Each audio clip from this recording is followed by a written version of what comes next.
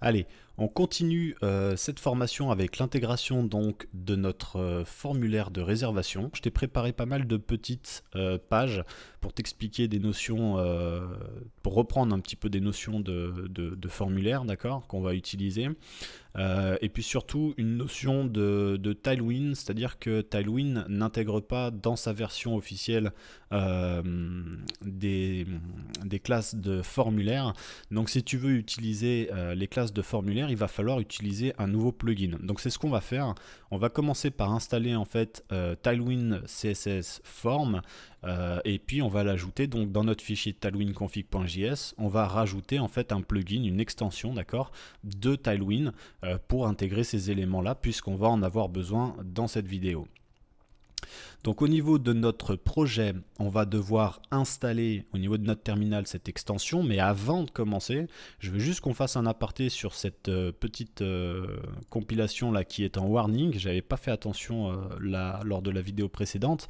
On se rend compte ici qui nous dit qu'on a un élément redondant alt, un attribut alt qui est redondant, line25 au niveau de event. Alors les warnings, j'en ai pas encore parlé dans cette formation, mais ça c'est vraiment quelque chose qu'on va toucher par la suite parce qu'on en aura. Les warnings, donc tu as les erreurs en rouge et les warnings. Les warnings, c'est des choses qu'il va falloir optimiser dans ton code. Donc c'est des indices ici pour améliorer. Des fois, c'est des notions de performance très intéressantes de les clean et de clear en fait tes warnings. Donc ici, on voit qu'on a un élément, on va essayer de comprendre le problème. On va se rendre dans Event, Line 25. On se rend compte ici qu'on a donc une fonction, créer une fonction qu'on va réutiliser ici 3 fois. Donc on va répéter 3 fois cet élément-là. Alors nous, on a instauré des variables à ce niveau-là, d'accord, pour ne pas avoir à répéter l'image, le titre, la catégorie, le paragraphe. En revanche, on a quand même une balise alt ici qui est répétée. C'est-à-dire que c'est toujours la même description de l'image. Effectivement, je n'ai pas pensé à l'introduire lors de la dernière vidéo. Donc à ce niveau-là, en fait, on va tout simplement instaurer ça comme étant une variable, d'accord, au même titre qu'une image, une catégorie, pour avoir une information qui change. Parce qu'évidemment, sur ton slide 1, si tu as vivé la demi-finale avec des supporters de l'équipe de France, tu vas mettre que c'est des supporters de l'équipe de France, tu vas pas mettre que c'est un burger. Voilà, donc à ce niveau-là, rien de vraiment très particulier. On va juste corriger tout simplement. Ici, on va mettre, tu vois, alt, on pourrait mettre description, etc. Moi, je mets alt pour que tu comprennes dans ton code. Ça évite de commenter des choses aussi, c'est un peu plus clair pour tout le monde. Donc on va définir en fait cette fameuse propriété qu'on va utiliser, et puis on va tout simplement, alors hop, hop, s'il veut bien, on va tout simplement créer du coup notre propriété alt dans laquelle on va mettre description de l'image pour la bonne forme. Je vais CTRL S et en faisant ça, en fait, tu vois, tu te rends compte que voilà, il a compilé avec succès. On a comme ça clear notre warning. On peut repartir sur un projet un peu plus propre, d'accord? C'était la petite notion à revoir. Ici, je vais fermer, puis on va commencer cette vidéo donc en rouvrant ma console, enfin mon terminal plutôt. Je vais déjà le quitter. Et donc je vais me rendre dans cette fameuse page npm. Donc ici j'ai recherché en fait Tailwind CSS Form, ok. Et donc je vais installer la ligne de commande npm dans notre projet. Donc ça va me permettre de pouvoir utiliser en fait des classes de Tailwind pour venir travailler sur des formulaires. D'accord, c'est quelque chose qui n'est pas natif dans la version de Tailwind. Alors tu as quelques petites extensions comme ça. Si tu regardes un petit peu la documentation, ou lorsque tu en as besoin de te poser la question et de regarder un petit peu sur Google qu'est-ce qui existe et comment faire les choses avec Tailwind, tu auras ce type d'informations, tu retomberas sur tes pattes rapidement, d'accord? Donc voilà, on va attendre la fin de l'installation. Ok, Tailwind Form a bien été installé. On va suivre la doc et donc on va se rendre plutôt au niveau de Tailwind config. Donc on va regarder un petit peu ce qu'ils disent. Donc voilà, ici au niveau de Tailwind config, il faut importer, d'accord, définir que Tailwind Form est requis, d'accord. Donc on va définir en fait ce plugin là. Donc tu vois, l'utilisation ici, ça va être la possibilité d'utiliser ce type de input, etc. D'accord. Text area, les select, voilà, ça va être pour toucher un petit peu à du formulaire, ok? Voilà, rien de très précis, mais tu peux venir comme ça consulter un petit peu la documentation de Tailwind Form si tu veux aller plus loin, et tu auras sûrement ce besoin. Donc je t'invite ici à consulter cette doc à ce niveau-là. Ok, Eh bien écoute, on va y aller, donc on va aller dans Tailwind Config, on y est déjà. On va descendre tout en bas parce qu'on sait que c'est tout en bas. Sinon tu fais une petite recherche avec CTRL F plugins. Et à ce niveau-là, on va peut-être indenter ça. Et puis on va donc définir ce plugin. On va appuyer sur CTRL S, on va valider tout ça. On va fermer Tailwind Config parce qu'on n'en aura plus besoin nécessairement. Et on va relancer notre terminal. Attendant qu'il se relance, je vais fermer cette page là. Ouais, ça on n'en a plus besoin, ça on n'en aura pas besoin. Et puis on reviendra ici à ce niveau là. Du coup ça c'était le projet, on va le clean. Voilà, puis on reviendra sur ces pages un peu plus tard. Ok, alors on est dans notre projet. Ici on s'était donc arrêté au niveau du slide, d'accord. Donc on va poursuivre maintenant. Donc au niveau de notre dossier source, on va rentrer dans les pages homepage. Ici on va du coup invoquer un nouveau composant qu'on appellera booking. Donc on va rentrer encore une fois dans les éléments de marketing page section. Et ici on va introduire un premier composant, enfin le composant qui s'appellera booking.js. Donc ça sera notre composant de réservation, functional component. On va donc commencer à travailler sur ce fameux composant de booking. Et donc ici, on va commencer comme à notre habitude par intégrer en fait notre container. Alors hop, c'est un peu merdé. Alors, on intègre notre container. Donc ici, je vais reproduire la même chose là pour avoir ma balise container, s'il veut bien. Hop. Voilà. On va l'importer, ce container, donc import from container. Donc on va aller le chercher. Donc oui, page section, c'était bien ça. Page section. Non, bah non, il n'était pas là. Alors on va remonter d'un dossier plutôt. C'était dans Element Container. Ok, donc une fois qu'on a notre container, on va pouvoir commencer à indiquer un premier nœud dans lequel on va mettre notre classe. Ici, on sera plus tard en relative, mais on va voir ça par la suite. Dans cette classe-là, en fait, on va avoir plusieurs notions, on va avoir plusieurs éléments. C'est-à-dire que d'un côté, on va avoir des éléments comme ceci-là, qui vont être en fait en position absolue, qui vont venir se positionner un petit peu par rapport à notre interface, d'accord ? Qui est comme ça. Nous, on se situe dans un container, donc il va falloir qu'on déborde un petit peu de ce container au niveau des images pour donner un peu plus de style à la page. Donc on verra comment on fait et quel style de problème on va avoir, notamment avec celui-là. Et à l'intérieur donc de ce container dans lequel on va positionner les éléments, on va retrouver un élément encore de container qui lui va venir essayer de contenir le contenu de notre section dans quelque chose d'un peu plus petit. Donc on va retrouver un petit peu ce qu'on avait fait dans cette section-là, c'est-à-dire avec l'obligation d'aller chercher quelque chose de plus petit, mais on va aller chercher encore quelque chose, tu vois, d'encore plus petit. Donc on va définir en fait un nouveau container pour venir se positionner ici. Et quand on aura donc fait tout ça, quand on aura vraiment positionné un petit peu le corps et nos images, on sera capable d'injecter notre contenu et de le styliser. Donc ça sera la deuxième étape de la vidéo. Okay, donc dans un premier temps, on va importer nos 3 images au sein de notre projet, on va les importer dans notre code, on va tenter de faire un peu des backgrounds comme on a l'habitude de faire pour positionner tout ça, et ensuite on attaque. Allez, ben go, c'est parti, on va rentrer donc dans ce dossier, alors c'est le mauvais ici plutôt, on va aller dans les ressources images, donc c'est quelque chose que j'ai mis en background parce que c'est vraiment des images de background. Bon, on pourrait faire autrement, tiens je vais faire comme ça, hop. On va venir faire comme ça, et puis à l'intérieur, tac, tac, tac, tac. On va aller dans Média, Images, dans Background, on va les situer au même endroit. On va prendre les 3, on va les mettre là, et puis on va pouvoir partir. Alors pour commencer, on va les importer, d'accord ? Donc qu'est-ce qu'on va avoir ? On va avoir l'assiette, je vais commencer par elle parce qu'elle est en première. On va avoir l'assiette, from. Donc ici, toujours pareil, hein. On va aller dans Média,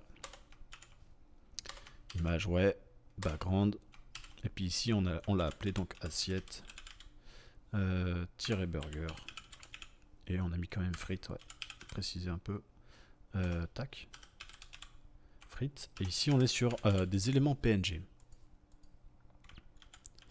Donc on va avoir, tac, on va avoir le burger simple en fait, qu'on a appelé burger à ce niveau-là, au niveau de l'image. Donc je crois pas qu'il était en majuscule, si, majuscule. Donc burger.png. Et puis ensuite on aura la sauce pimentée. Ici on va mettre sauce. Et ici sauce pimentée. Bon, l'idée ici c'est de voir un peu rapidement dans les titres à quoi on fait allusion, hein.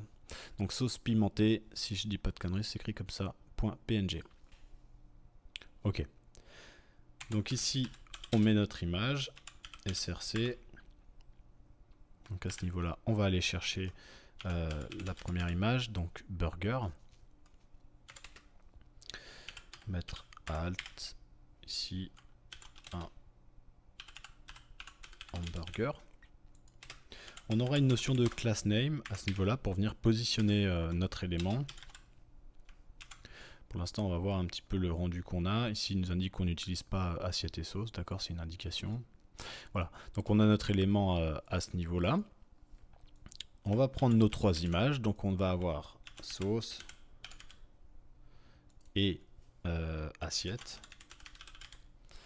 Donc ici, on va mettre une sauce pimentée.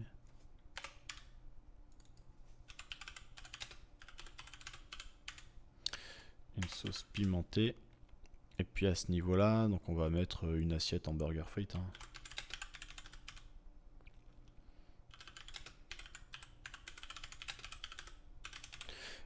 Ok, pas mal. Donc à ce niveau-là, on va voir les images qui vont être juxtaposées. Donc c'est ce que je t'expliquais tout à l'heure. Ici, on va leur donner en fait une notion de position absolue. Donc on va leur donner la classe absolute. Voilà, comme ça ici, raccourci. Au niveau de leur position, on va leur donner à tous des positions un peu différentes. On va partir pour l'instant là-dessus et puis on va optimiser tout ça. On va pas nécessairement revoir les notions d'index ici avec la possibilité de les mettre en profondeur. Si on va toutes les utiliser à un endroit très précis et ils ne seront pas sur l'interface. Donc pour l'instant, on s'en occupe pas. Donc ça va nous permettre de les positionner. Alors ils ont disparu ici, ils sont venus se positionner sur le corps de la page parce qu'il va falloir donner une notion relative à ce parent. Et puis on va lui mettre un petit margin bottom comme d'habitude de 20. De 20 plutôt. Pour venir nous écarter du bord. Et du coup de cette manière, voilà, je vais les retrouver. À ce niveau-là, je vais avoir un peu de place plutôt en bas. Et puis ces éléments-là, on va venir du coup les positionner. Alors comment on va les positionner? On va utiliser le premier, c'est-à-dire le burger, là ici, je vais mettre à 100%, qui va venir se positionner, tu vois, un peu avant la moitié du hamburger dans l'angle de notre container. Donc ça signifie qu'on va être au top et au niveau left, puis on va avoir une valeur négative pour le décaler légèrement sur le côté, tu vois, pour qu'il soit plutôt par là.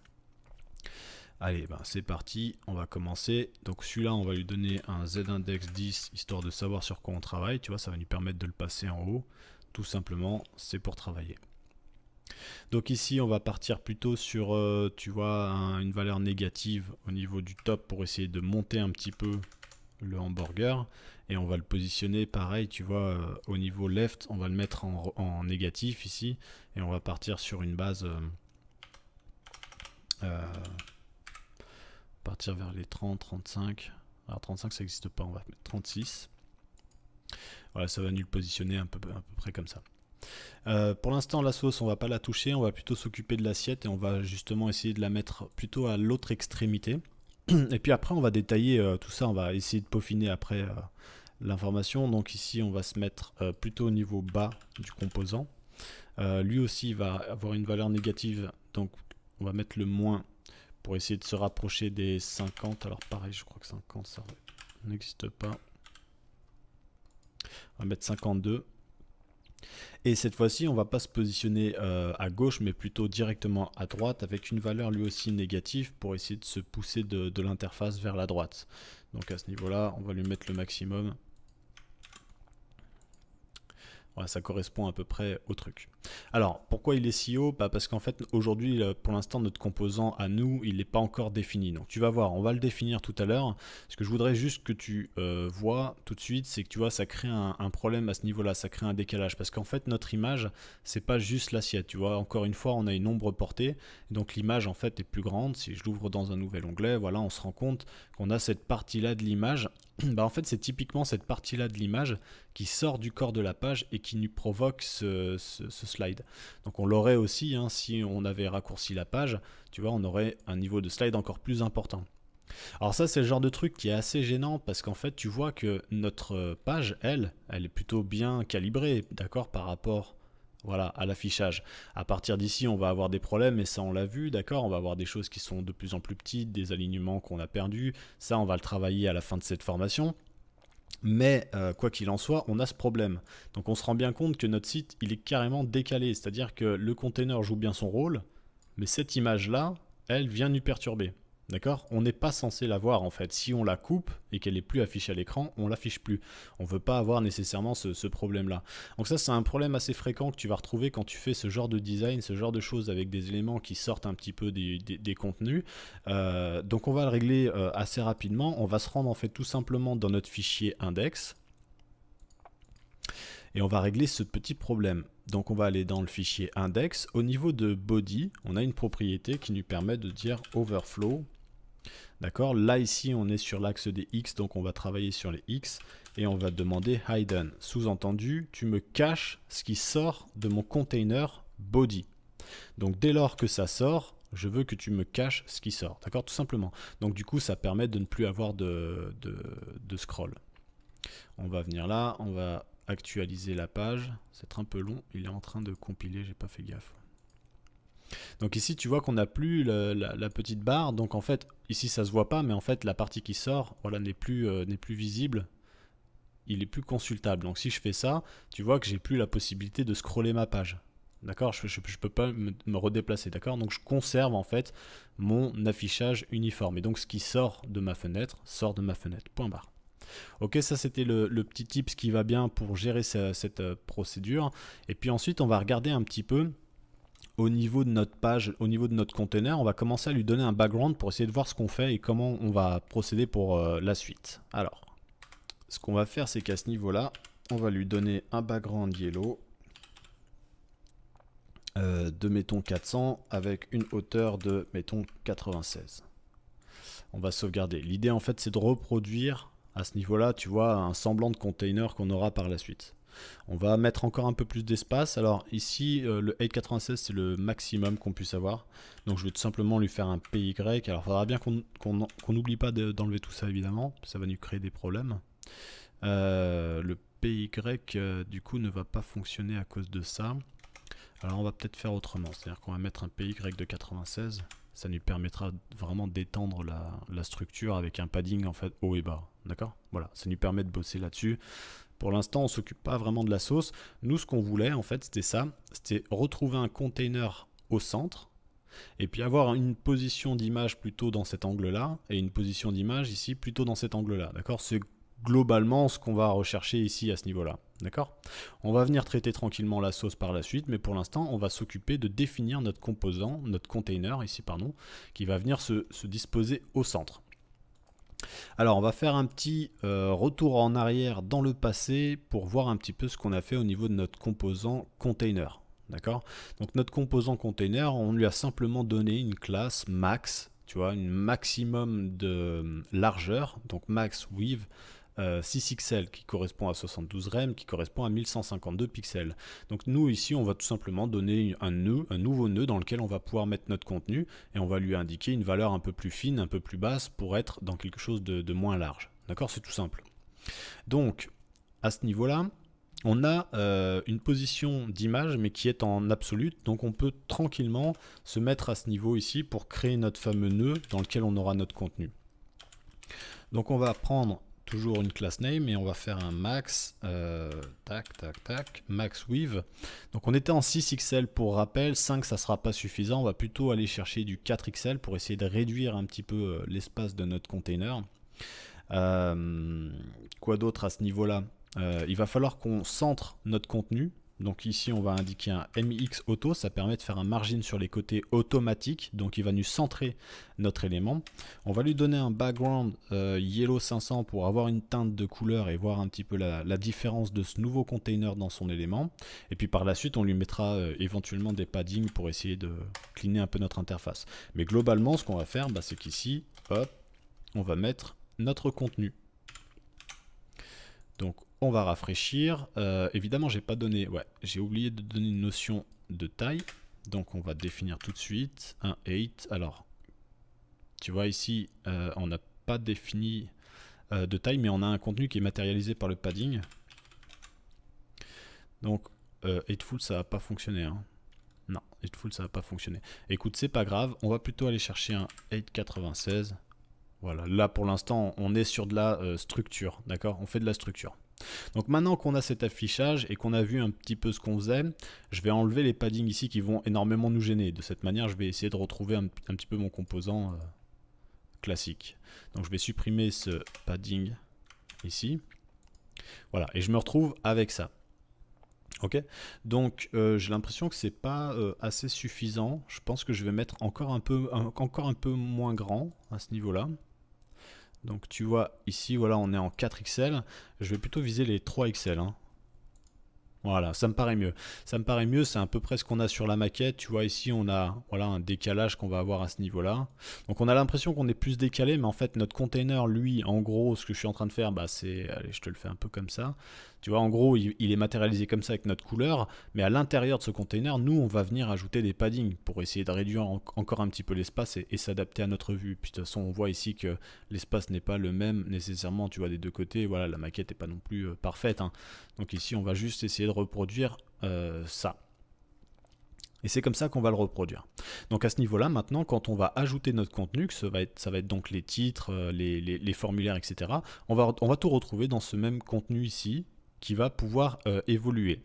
Donc par exemple, si je prends à ce niveau-là, au lieu de mettre un 8,96 ici, je viens mettre un PY comme on a fait tout à l'heure, donc une marge haute et une marge basse de 96 pour essayer d'améliorer ce contenu.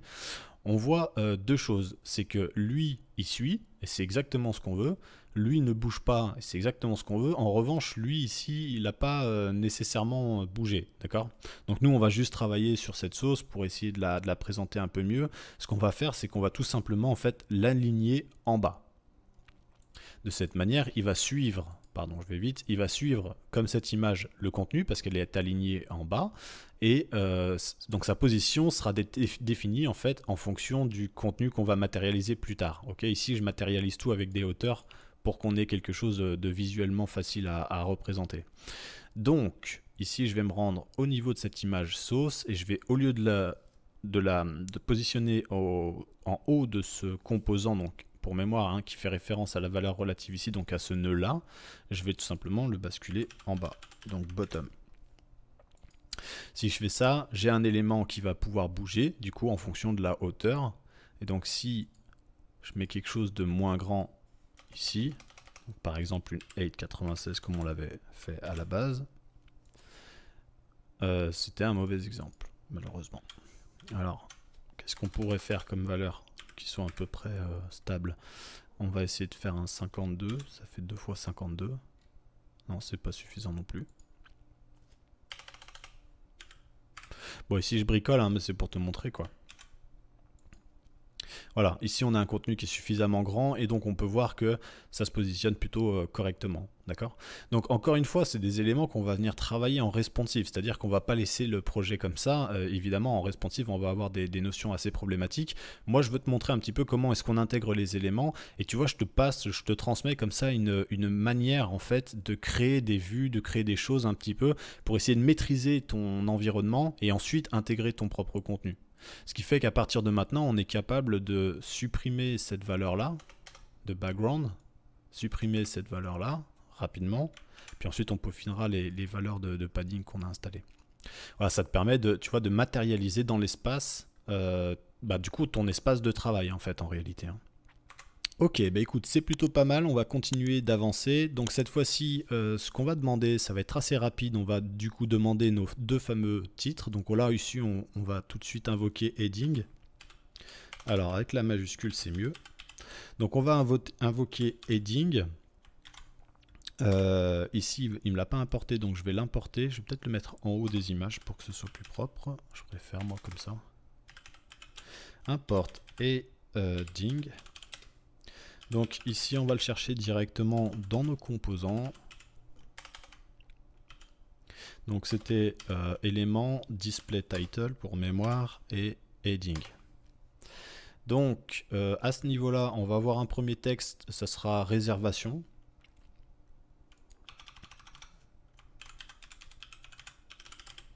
On va aller chercher le deuxième directement. On va aller chercher le deuxième, et donc le deuxième c'était réserver votre table. Donc réserver tac, votre table.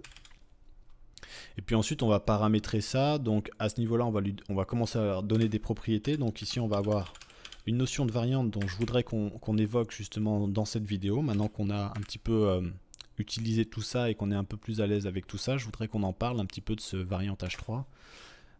Alignement. On va gérer donc un alignement center, donc on va demander un alignement center. Donc d'accord, ici on fait toujours référence à nos propriétés, d'accord, ici RS. Ici on va donc récupérer une notion d'alignement parce que lui aussi a besoin d'être en élément center, d'accord. Les deux titres sont centrés. La différence c'est qu'ici on va avoir un thème qui sera plus secondaire, donc on a une typo secondaire, donc secondary, c'est la propriété qui nous permet de mettre une nouvelle fonte. On va juste rajouter un class name ici parce qu'on sait d'ores et déjà qu'il va falloir qu'on espace un tout petit peu notre titre du bas, donc une margin top ici en haut de 5 pour l'espacer par rapport au titre du haut. Voilà, ça te permet d'avoir tu vois, cet élément ici. Alors on va regarder, j'ai quelque chose qui va pas là. Je vais essayer de reprendre, j'ai dû faire une connerie, mais en tout cas ici le padding lui dérange, ça c'est normal. Allez, on regarde tout de suite. Alors, qu'est-ce qui se passe? À ce niveau-là, je vais quand même essayer de reprendre un background pour voir un petit peu matérialiser. Ok, j'ai dû supprimer une notion de MX auto quelque part. Alors, qu'est-ce que j'ai fait? D'accord, j'ai supprimé le O. Ok, je récupère alors. D'accord, donc tu vois, ça recommence. Donc là, on est bien dans notre vue, on va pouvoir resupprimer le background et puis du coup, on peut le matérialiser comme ça, si c'est plus simple. Ici, tac, on voit qu'en rose, là, ici, mauve, ici, tu vois, on a le padding Y72 qui nous gêne, c'est pour ça que l'élément est centré à ce niveau-là, d'accord? Donc ça, on va tout simplement l'effacer parce que maintenant, on n'a plus nécessairement besoin d'avoir, tu vois, une préconstruction de choses. Maintenant, on va intégrer le contenu va s'adapter, on le sait. Pour l'instant, ça va être un peu dégueu, c'est normal, on n'a pas suffisamment d'informations. Voilà, ici on a intégré donc réservation, réservez votre table, donc de manière quand même assez rapide. Et ben maintenant on va se focaliser en fait sur cet élément là, d'accord? Alors c'est parti, ici on va avoir donc un formulaire, donc on va tout de suite coder ça proprement. On va invoquer un form et à l'intérieur on va retrouver différents éléments. Donc on va retrouver des labels, des inputs, des choses comme ça. Et là je vais te montrer qu'on va corriger un petit peu des notions de la maquette qui sont pas très pertinents pour nous. On va essayer de les adapter et en faire quelque chose de plus facilement codable en tout cas. Alors au niveau du formulaire, le formulaire, ça va être le composant, enfin la section, d'accord, le nœud parent qui va englober tout le formulaire. Donc c'est à lui qu'on va transmettre par exemple une notion de qu'est-ce qu'on fait quand on appuie sur le bouton. Nous, on ne va pas s'occuper de ça. Mais dans tous les cas, ce formulaire ici, ça sera le parent qui va définir en fait une classe et dans laquelle on va pouvoir retrouver nos éléments de grille. C'est-à-dire qu'on va pouvoir définir que c'est une grille.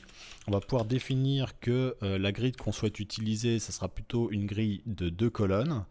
On va indiquer qu'on aura un gap qui sera, je sais pas, d'une valeur, mettons 7 pour avoir un peu de ressemblance, et un gap Y de 6, on va chercher 6, d'accord? On va prendre un gap Y6, et pareil, on va se décaler par rapport au titre avec un margin top 20. Et ça, en fait, ça va nous permettre justement, tu vois, d'avoir à ce niveau-là une grille de 2 colonnes, avec un espace sur les X de cette valeur-là et un espace sur les Y de cette valeur-là. Et puis du coup, on pourra mettre autant de champs qu'on voudra, il va nous le ressortir comme ça. Donc si on veut nous le matérialiser pour commencer, ce qu'on va faire, c'est qu'on va créer un div class name égale avec un background, je sais pas, mettons gray en 100, tu vois, 200 faible. On va prendre ça et on va prendre 6 nœuds. 1, 2, 3, 4, 5, 6. Ça, 1, 2, 3, 4, 5, 6. On va sauvegarder. Juste pour voir un petit peu comment ça se matérialise. Alors évidemment, j'ai encore oublié, j'oublie souvent de faire ce genre de truc. Ici, on va définir une hauteur en fait de ce composant. Quelque chose d'assez gros parce qu'il est quand même assez grand, je trouve, le input. Voilà, du coup, c'est un peu abusé. On va faire moins.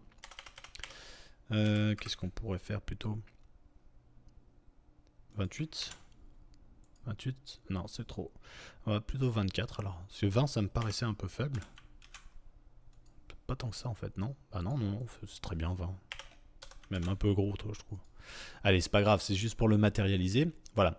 Donc ici, on a matérialisé grossièrement ce qu'on va faire. Alors moi, j'adore travailler comme ça. J'espère que tu l'as constaté. C'est vraiment une méthode que je trouve efficace, en fait, parce que ça permet de matérialiser les espaces et de bien situer ce qu'on fait. Ici, je vais tout simplement donner un petit peu de padding, en fait, à ce composant, au composant général, de manière, si mon texte venait à être plus grand, à ce qu'il ne vienne pas coller sur les bords. Et puis à ce niveau-là, pour avoir quelque chose d'un petit peu moins grand, parce qu'on voit que sur la maquette, tu vois, on est plus sur un alignement, tu vois, des lettres là, ici, tu vois. Le titre ici, il est plutôt aligné à ça, alors que chez nous, il l'est pas vraiment. Donc tu vois, on va essayer de perdre un petit peu de la place à ce niveau-là, tout simplement, quoi. Ok, bah allez, c'est parti, on a un nœud à ce niveau-là qui est plutôt le parent du titre, des sous-titres et puis du formulaire. Donc c'est plutôt à lui qu'on va indiquer ça. C'est le nœud qui évoque en fait justement le container du contenu là. Donc ici on va mettre un padding X de 10. On va mettre un petit padding, c'est juste pour faire un peu de place. Enfin, mieux répartir la place plutôt. Et un padding Y de 20, ça va être pour nous décaler un petit peu dans le, voilà, dans le projet, parce qu'on sait que à ce niveau-là, on a quand même pas mal de marge. D'accord ? Voilà, là, écoute, on est plutôt pas mal. On a vite réussi à arriver à l'essentiel. Donc maintenant, ce qu'on va faire, c'est qu'on va paramétrer, en fait, au lieu de mettre des divs, voilà, on va mettre ici plutôt des champs input, et en fait, on va tout simplement intégrer un formulaire, d'accord ?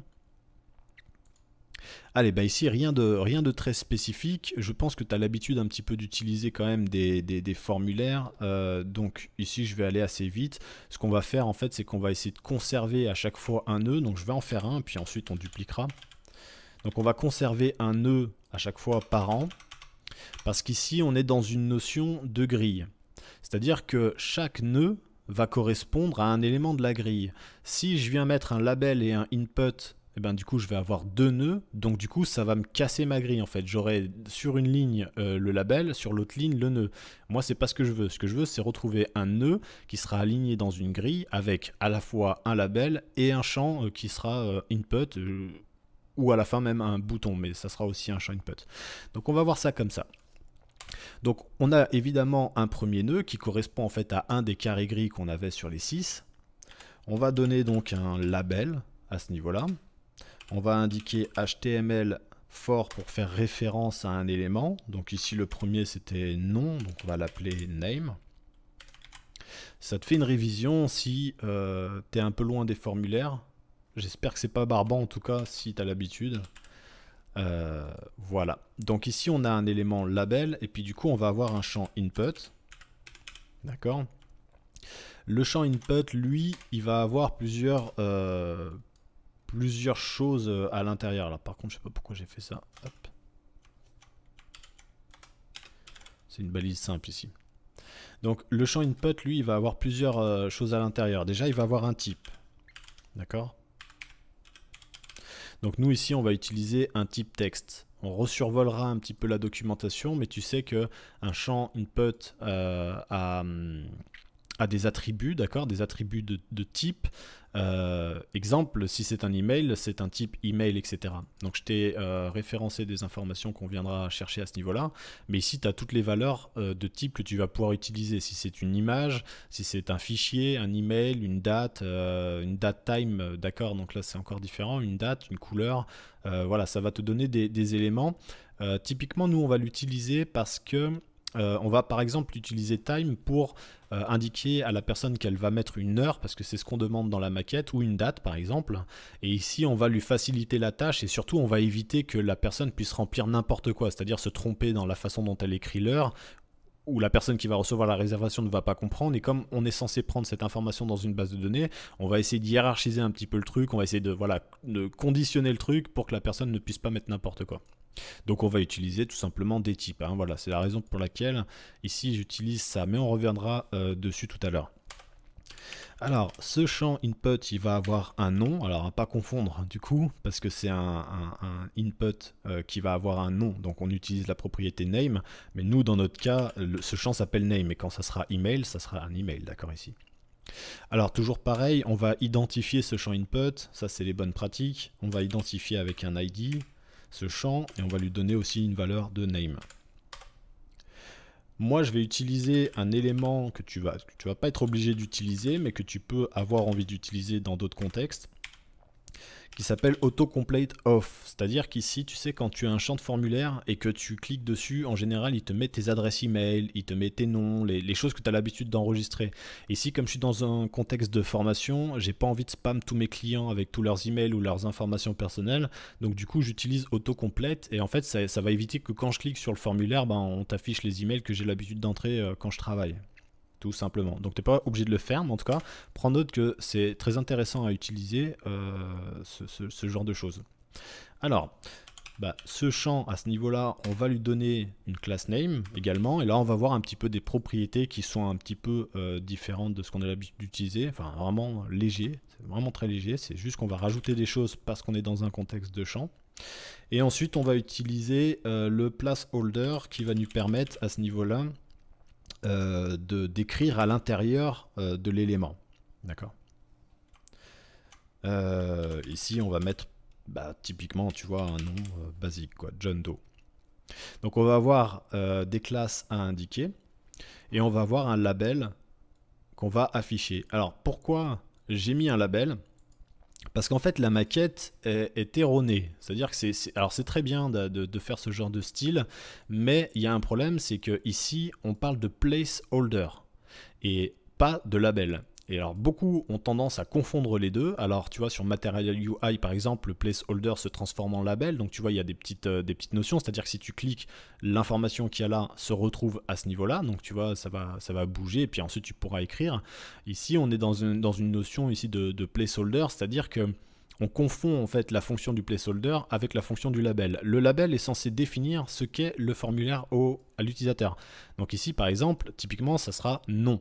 D'accord, le label c'est non.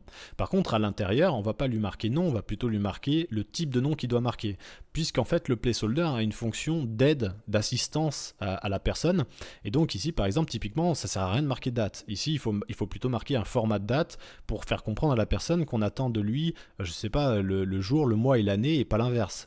Pareil pour l'email, on n'attend pas email, on attend plutôt email@quelquechose.com. Pareil pour l'heure, pareil pour le nombre de personnes. On va plutôt indiquer 2, 3, 4, 5, un nombre pour que la personne comprenne qu'ici, il ne faut pas marquer « nous serons cette personne ». Il faut juste marquer 7.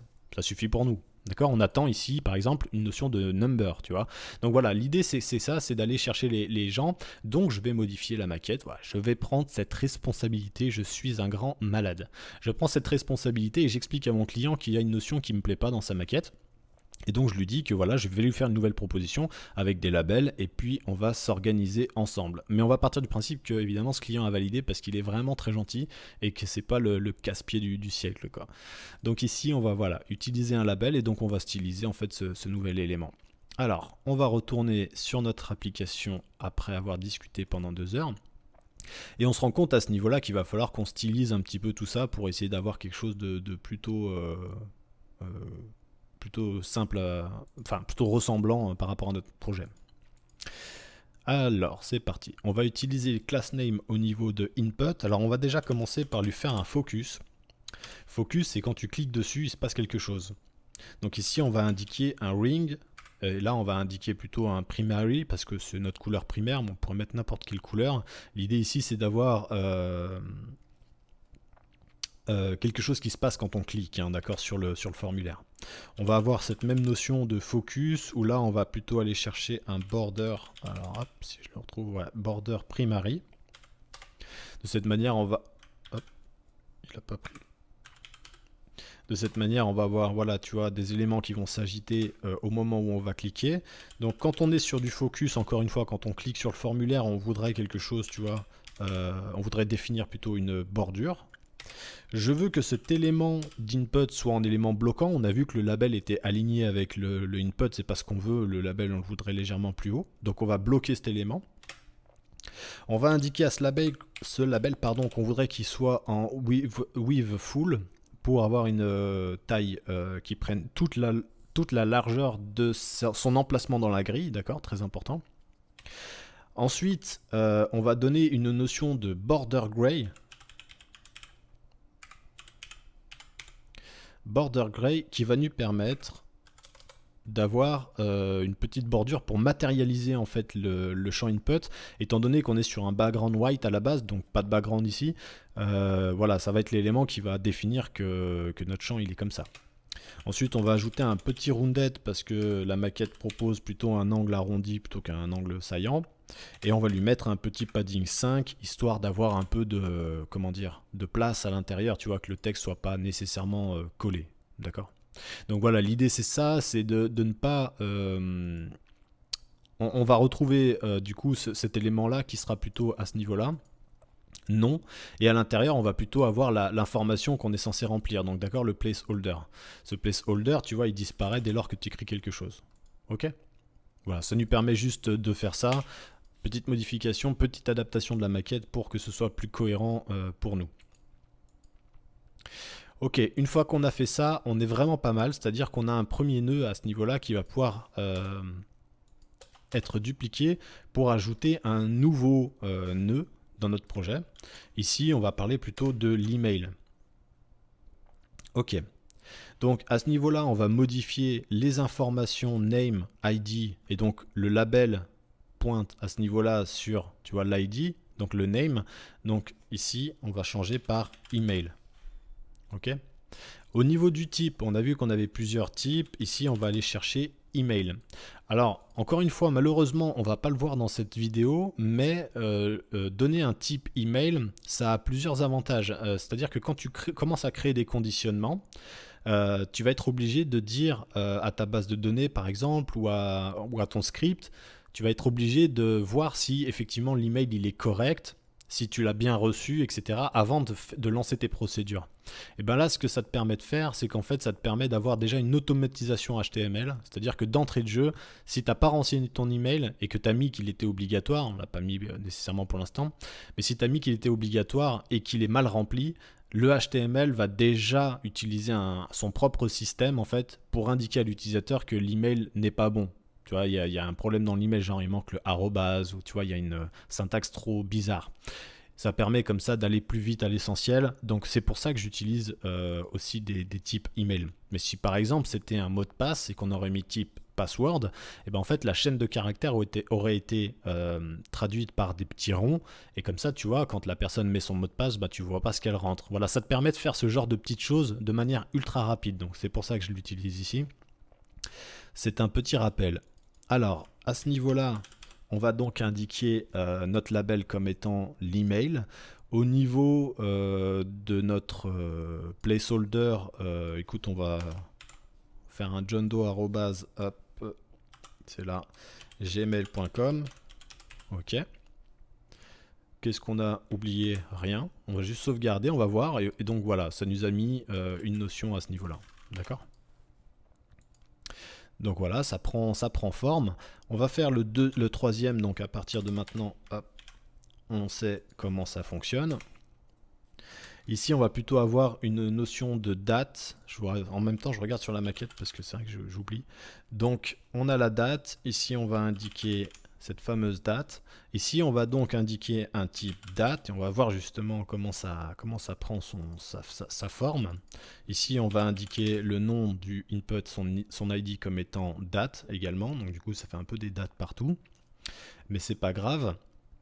Au niveau de la date, par contre, on n'a pas besoin nécessairement de placeholder parce qu'ici, on ne va pas afficher une valeur, c'est lui qui va le faire naturellement. Donc si je viens ici, tu vois, il me met jour, mois, année, ça permet à l'utilisateur de comprendre ici ce qu'on lui demande.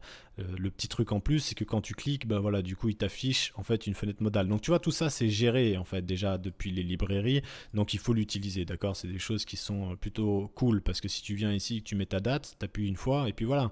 T'imagines un client sur un type de réservation comme ça, voilà, c'est pas, on n'a pas besoin de construire quelque chose ici, c'est pas pertinent. La personne elle a besoin de manger samedi 21, boum. Elle met ça et puis voilà, c'est rentré, tu vois, elle a mis son nom, son email, faut l'inciter à aller vite. Nous, c'est ce qu'on fait ici, on essaye d'être productif. Alors, à ce niveau-là, on va encore dupliquer ce nœud. Hop. Ici, on va plutôt avoir une notion d'heure, en fait, donc ici, on va mettre heure. Hop. Donc, au niveau du HTML, on va plutôt l'appeler nous time. Alors, je sais pas si je vais faire comme ça. En fait, je vais le mettre là, ici, parce que c'est également un type time, d'accord? Donc ça, je te l'ai montré, hein. Ici, je te rappelle que tu peux revenir ici pour voir un petit peu les types. Tu vois, je te parlais de password, par exemple. Voilà, tu peux voir un petit peu les titres si tu veux te remémorer les informations.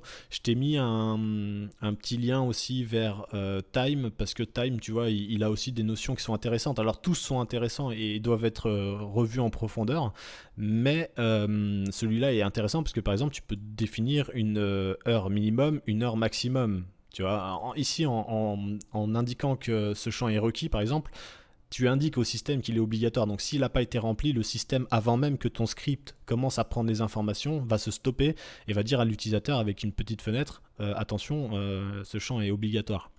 Donc c'est plutôt cool d'utiliser ce genre de choses. Tu vois qu'ici, par exemple, tu pourrais conditionner l'heure à laquelle la personne puisse réserver. Tu vois, que la personne ne puisse pas réserver pour 2 heures du mat.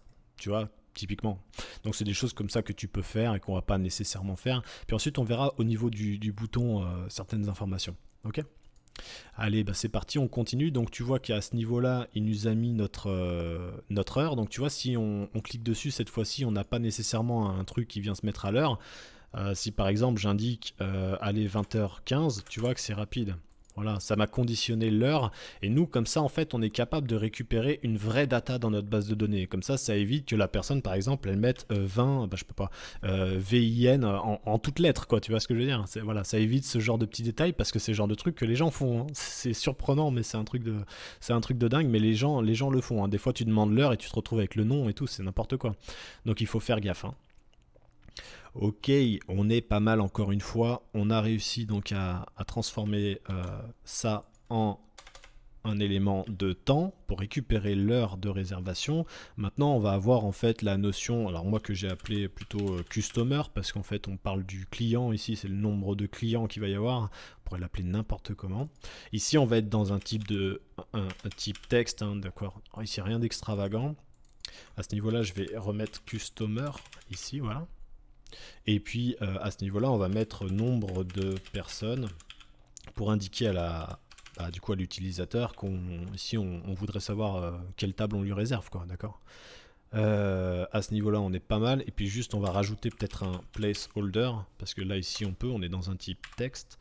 Et ici, on va mettre 5 personnes, par exemple, une valeur par défaut. Donc la personne comprenne qu'ici on cherche un nom. On pourrait aller chercher un type number et tout, t'as compris, hein, on pourrait faire des choses. Là c'est pas nécessaire, tu vois, si la personne elle met ça, bon bah elle met ça, mais on pourrait mettre un type number. Seul truc c'est que ça va mettre ici des boutons, on va avoir l'impression qu'il faut appuyer sur les boutons pour créer son numéro, alors qu'il peut être facile de le mettre comme ça. Au même titre, c'est une information qu'on va récupérer dans une base de données, mais si on récupère 5 par exemple, ça marche aussi, d'accord, il n'y a pas de problème. Ok, à ce niveau-là, on a créé notre formulaire assez rapidement, on a nos premiers champs, etc. On va avoir besoin d'un bouton à ce niveau-là. Alors on pourrait avoir envie d'exploiter notre composant réutilisable button, sauf que ça va nous faire des améliorations un petit peu trop conséquentes parce qu'ici, nos boutons ne conservent pas tu vois, de valeur en termes de largeur de with full.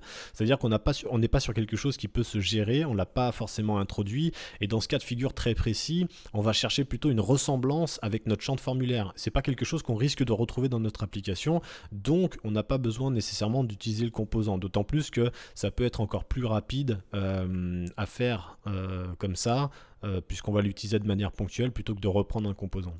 Là, je vois que je l'ai mis un petit peu en capital, je vais reprendre le truc, je sais pas pourquoi j'ai fait ça. Alors, hop, nombre de personnes. On va supprimer. Et donc ici, on va créer notre bouton. Alors, ce qu'on va faire, c'est qu'ici, on va l'invoquer comme étant non pas un bouton, mais un type, un champ input, encore une fois, de type bouton. Donc c'est ce que je montrais ici tout à l'heure. On va créer un champ input comme ça, tu vois, qui va avoir un type button. Et puis après, on verra que par la suite, quand on fera quelque chose avec, on verra pourquoi on va et comment on va l'utiliser pour lui donner une fonction et pour prendre les informations, les récupérer, enfin les transmettre à la base de données, etc. Ça, on le verra dans une prochaine formation, mais en tout cas, on va commencer à le faire. Comme ça, la formation sera déjà établie, on pourra reprendre à ce niveau-là. Si tu as envie de continuer, bien sûr, si tu as envie de poursuivre, et puis d'en savoir un peu plus, de gratter un petit peu pour aller chercher des éléments de l'application et voilà, devenir encore meilleur. Pour l'instant, je te conseille vraiment, si tu n'es pas trop à l'aise avec tous les concepts, de te contenter de ce qu'on a fait et de bien bosser tout ça, avant même d'envisager quoi que ce soit, parce que sinon tu vas te perdre et puis ça va pas être intéressant, vraiment. Donc ici on va avoir un label qu'on va appeler send booking, d'accord. Donc ça va être le bouton qui va permettre de send, d'envoyer en fait notre réservation. Ici on va indiquer réserver, par exemple réserver votre repas. Alors c'est pas du tout utile ce que je fais parce que justement je vais te montrer que je vais le masquer, ce truc là. Donc on aura un champ input de type cette fois-ci button. Encore une fois, tu peux gratter un petit peu pour voir comment on exploite les boutons. Le nom et donc l'ID, ça sera ce qu'on a défini là. À ce niveau-là, on n'aura pas de notion d'autocomplete, donc ici on peut supprimer quand même. Ici, on va avoir une notion de classe qui va vraiment être différente parce qu'on est sur un bouton et pas sur un champ input, donc on va supprimer pour repartir. Et on n'aura pas de placeholder puisqu'on n'est pas sur un champ de formulaire. Tu as bien compris qu'on était ici sur un bouton. Donc à ce niveau-là, on va déjà commencer par mettre notre fameux background red primary. On va faire over 2 points et là on va aller chercher notre background red primary over pour avoir cette fameuse couleur. On va aller chercher plutôt une with full, à l'intérieur un text white qui va nous permettre de styliser tout ça avec le style de la maquette. On aura un fond de secondary parce qu'on a la typo secondaire, je sais pas si tu te rappelles. On va utiliser un petit tracking. Ici, on va aller prendre le plus gros parce qu'on va vouloir espacer un petit peu les lettres pour avoir un style un peu plus lisible parce qu'on sera quand même petit dans ce bouton-là au niveau de cette typo et cette typo, elle se lit en étant grosse. Donc voilà, on va espacer les lettres pour que ce soit pas trop gras, trop brouillon. On va tout simplement mettre tout ça en uppercase. Ça va nous permettre de mettre des capitales. On va utiliser le PY5 pour mettre un peu d'espace en haut et en bas des lettres. On va indiquer un rounded, pareil, pour essayer de coller en fait à notre champ. Étant donné qu'il en a un, il va falloir le mettre ici aussi pour que voilà, il soit ressemblant. D'accord. Et puis je sais pas si tu te souviens, mais on a fait une petite classe qui s'appelle Animate dans notre CSS qui nous permet juste d'animer le hover de manière un peu plus sympa. Donc on va l'utiliser ici.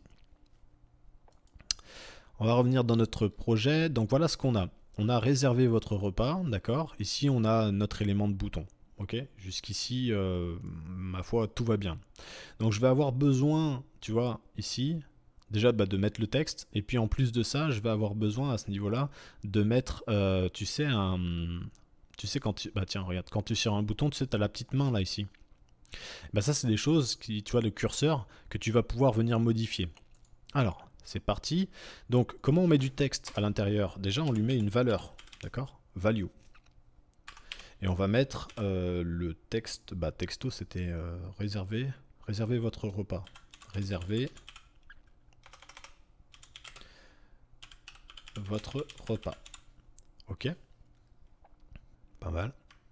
Et puis ensuite, on va venir utiliser curseur. Alors, je sais pas pourquoi la classe animate, c'est toujours la dernière dans mon... Je vais le mettre là plutôt.